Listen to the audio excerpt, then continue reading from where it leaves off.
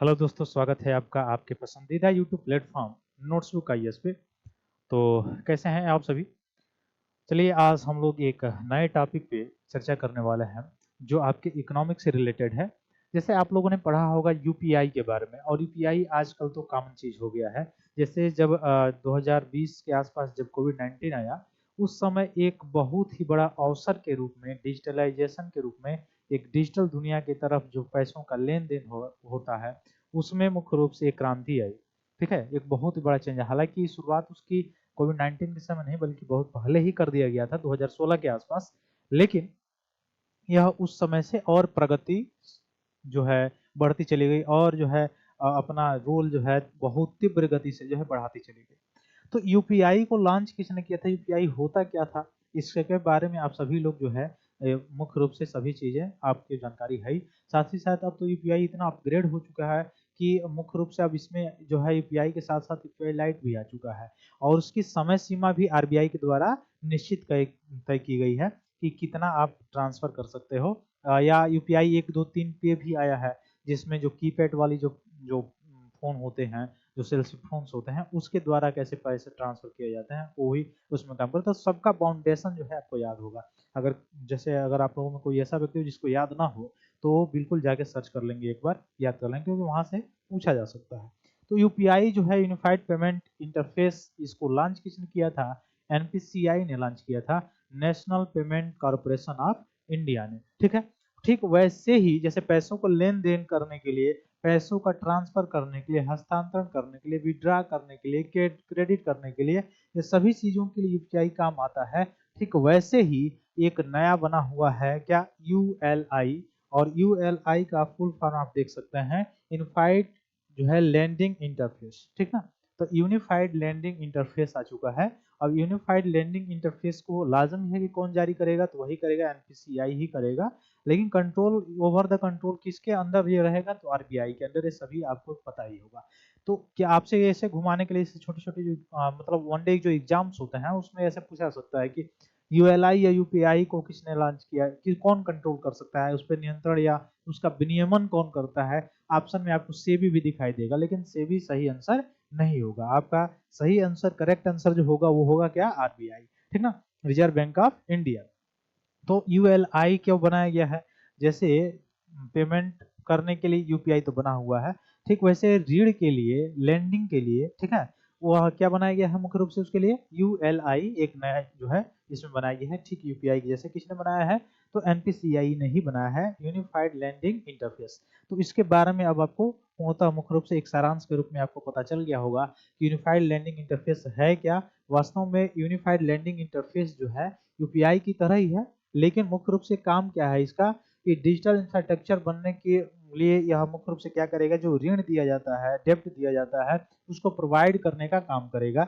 Lending मुख्य रूप से जो ऋण होता है ना, उसको देने का काम करेगा। अब इसमें आप लोगों ने पढ़ा होगा कि प्रायोरिटी सेक्टर लेंडिंग, पीएसएल।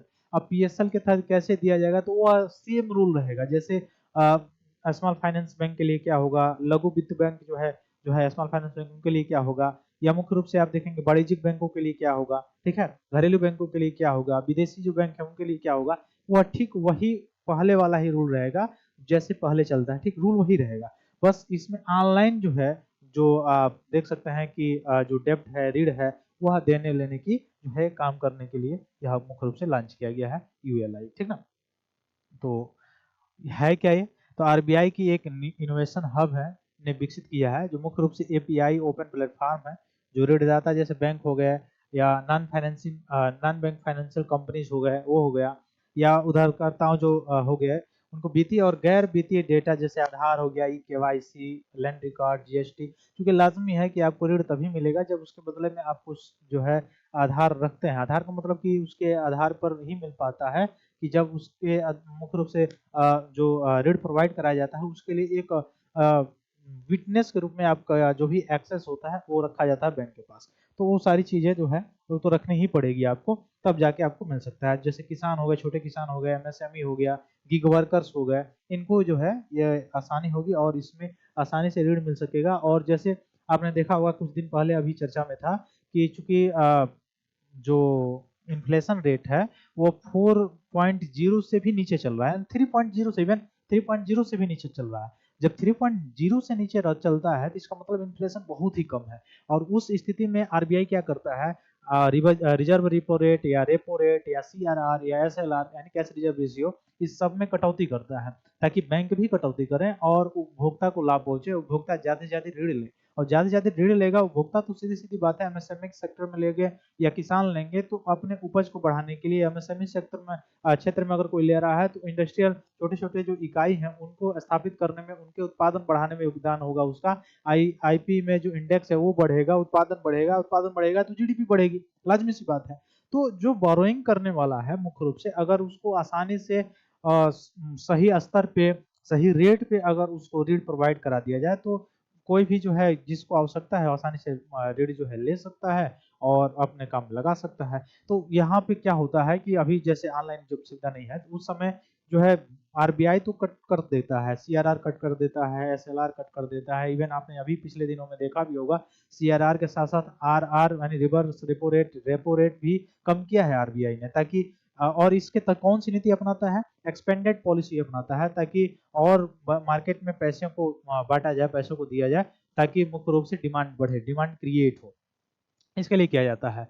तो उसको जल्दी से बैंक जो है वो उपभोक्ता तक नहीं पहुंचा पाते हैं, यानी तुरंत उस पर काम नहीं करते हैं, बल्कि तुरंत क्या करते हैं वो अब कमाने के चक्कर में, लाभ प्राप्त करने के चक्कर में ऐसा नहीं कर पाता है। तो ये सिस्टम हो जाने से क्या होगा कि तुरंत ग्राहक तक जो है पहुंच, इसकी एक्सेस जो है पहुंचेगी और आसानी से लोन जो है मिल सकेगा। अब इसके पीछे जो है आप देखेंगे तो आलोचनात्मक भी पहलू है, ठीक है। तो आलोचनात्मक पहलू चूंकि मेंस वाला पॉइंट जब हम लिखेंगे तो उसमें अगर कहना हो तो हम कह सकते हैं कि जैसे जैसे डेप्ट बढ़ता जा रहा है, बोझ बढ़ता जा रहा है, जैसे पब्लिक सेक्टर जो बैंक है उसमें आप देख रहे होंगे कि आजकल बहुत ज्यादा सुर्खियों में रह रहा है कि ये उसमें लोन का या ऋण का जो बोझ है वो बढ़ता ही जा रहा है, बढ़ता जा रहा है। अभी आरबीआई की जो एक्सप्रेसवे जो रिपोर्ट निकलती है उसमें भी बताया गया था सारी चीजों को, ठीक ना।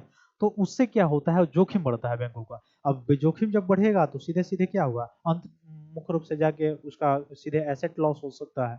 तो ये सारी चीजें हो सकती हैं, ठीक है। तो तीव्र ऋण मंजूरी और डिस्पर्सल कर्ज आवेदन के लिए ऐसा सारी चीजें हो सकती हैं, इसके लिए ये सभी चीजें जो है आरबीआई के द्वारा ये कदम उठाए गए हैं, ठीक। अभी जो है अब डेटा एक 31 डेटा सेवाएं और 7 राज्य आंध्र प्रदेश, उड़ीसा, उत्तर प्रदेश, ये सब जो है इसमें शामिल है अभी। तो इससे आने से एक नया क्रांति आएगा, नया बदलाव आएगा, जैसे यूपीआई आने से आया था, ठीक है। ठीक वैसे ही लोन वाला जो मार्केट है, लोन मार्केट है, वहां पे डेप्ट मार्केट जो है वहां पे ये सारी चीजें, और या किसान क्रेडिट कार्ड की योजना, जैसे आपने देखा होगा कि पहले 3 लाख रुपए मिलते थे, अब उसको अभी इस वर्ष के बजट में बढ़ा के 5 लाख रुपए कर दिए गए हैं। तो तुरंत किसानों तक या तुरंत लाभार्थी तक, उपभोक्ता तक पहुंच मतलब पहुंचे, एक्सेस पहुंचे, इसके लिए सारे कदम जो है उठाए जा रहे हैं, ठीक है। तो आशा करते हैं सारी चीजें आपको समझ में आई होगी। फिर मिलते हैं अपने अगली क्लास में, तब तक के लिए बहुत बहुत धन्यवाद दोस्तों। जय हिंद।